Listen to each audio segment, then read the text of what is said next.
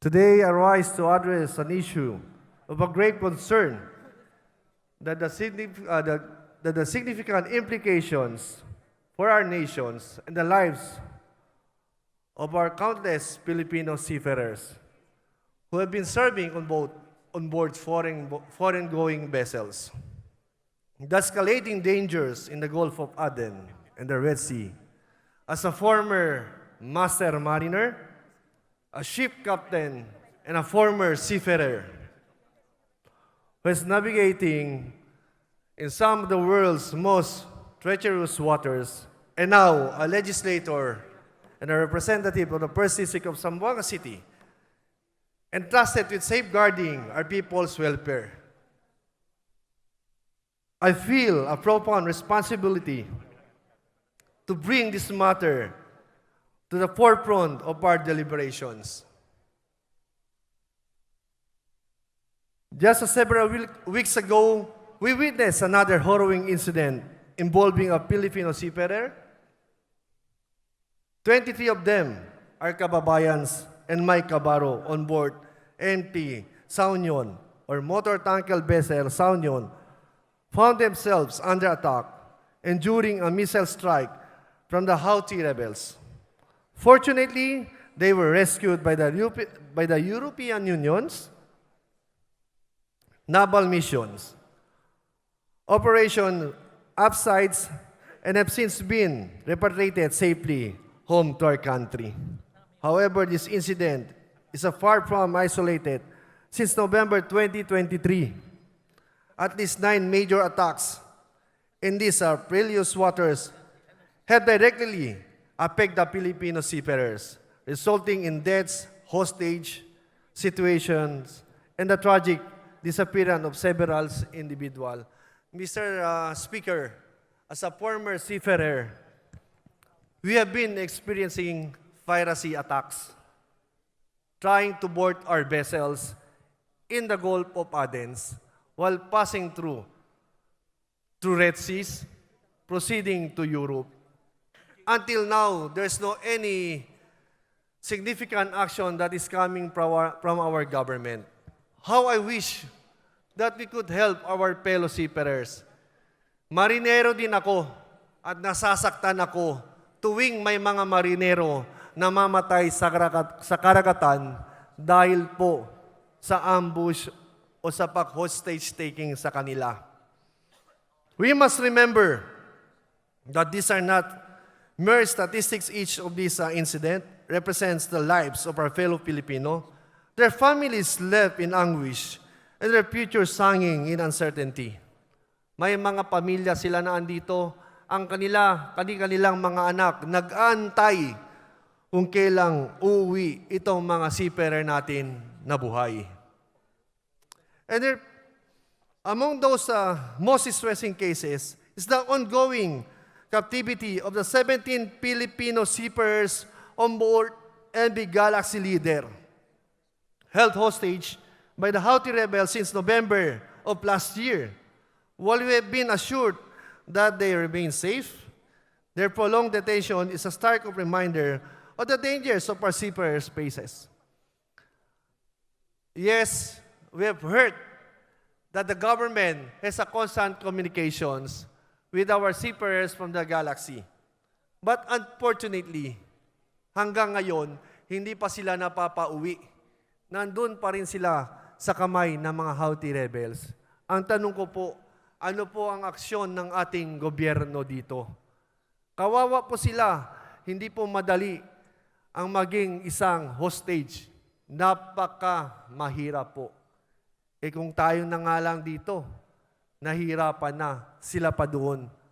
Conforming to their situations, the weather conditions, ang hirap po.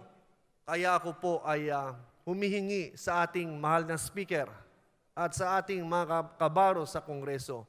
Let us stand and unite and help the Filipino seafarers that until now, nobody is taking care of them.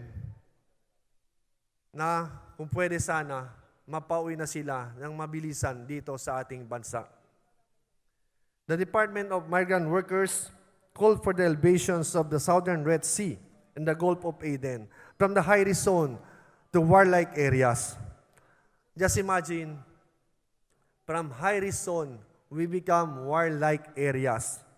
A move that would compel ship owners to divert routes and even these treacherous waters. The International Bargaining Forum, the IBF, is currently discussing the critical ship, and we must unite, urging the International Maritime Organization to recognize the escalating threats and take devised actions.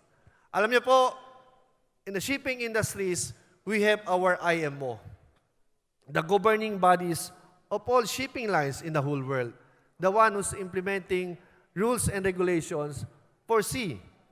And we also have our SOLAS, our safety of life at sea. Now, what safety are we talking about here since everybody is navigating in this treacherous water? Ang tanong ko po, anong ginagawa ng bansang Egypt, ng bansang Saudi Arabia, since we are passing through Red Sea and proceeding to Egypt? Why I'm talking about Egypt and Saudi Arabia? Because most of the vessel, most especially crude tank vessel, are going to Egypt and going to Saudi Arabia for loading crudes and oils and delivering it to Far East and Asia. Now, Egypt is at the same time doing big businesses in the Red Sea. While passing the Red Sea, magkano pong binabayaran natin per vessel? They're doing a lot of money there. Our point of view, we would like to ask them directly to their Consul, Mr. Chair, to take a possible action on this, to augment the security forces in Red Sea, particularly the Gulf of Aden. Kasi po, ang nakakapagbenepisyo dito is no other than Egypt. Kasi sa kanila po tayo nagbabayad ng buwis tuwing dumadaan yung mga vapor sa kanilang karagatan. Our seafarers are the backbone of the global maritime industry, contributing immensely to our economy while braving the perils of the open sea. They have the right to refuse to sail under safe conditions, a right to enshrine in the Maritime Labor Convention and the International Safety Management Code. Yet, economic pressures often force them to take this risk.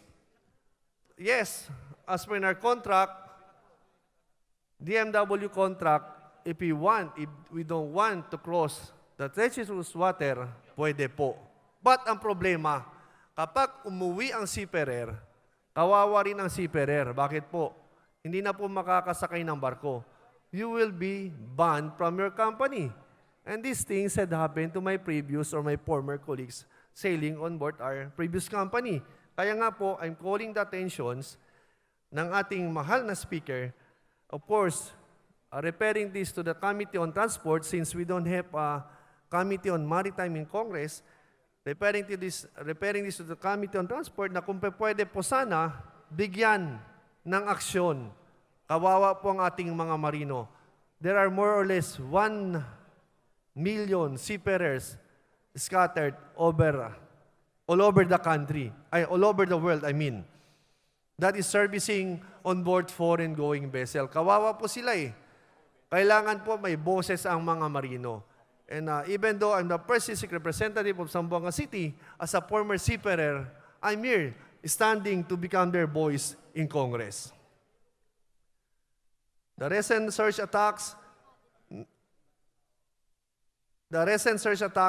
make it clear that the current risk classification is adequate. The DMW push for heightened safety protocols, including the mandatory registration of voyage to the dangerous areas, empowering of seafarers to refuse unsafe assignments. Without fear retribution, it is a step in the right directions. However, this measure alone will not suffice the amplifier or call of the IBF and the IMO to formally declare the Southern Red Sea and the Gulf of Aden as a warlike zones, more than a high-risk zone. Such a declaration would not only ensure enhance the compensations and benefits for those who have braved these waters, but would also signal to the shipping companies that the safety of the crews, the safety of the lives, the safety of the vessel, the safety of the equipment must take precedence over commercial interests. Furthermore, I urge our government, again, to intensify its effort in coordination with the international partners to secure the release of hostages and ensure the safe return of our missing seafarers. Mr. Speaker, our Filipino seafarers deserve more than our recognitions. They deserve our unwavering commitment to their safety and well-being. The dangers they face are not abstract. They're immediate, real, and growing. It is time for us, excuse me, it is time for us as a representative to act in urgency and solidarity.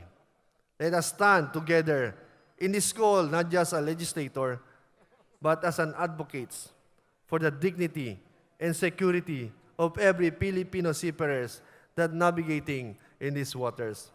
Mr. Speaker, thank you very much, and I ask this team Congress, our colleagues, to support the stronger measure in the defense of our maritime heroes. Muchísimas gracias. Ibaya con Dios. Buenas tardes. Thank you.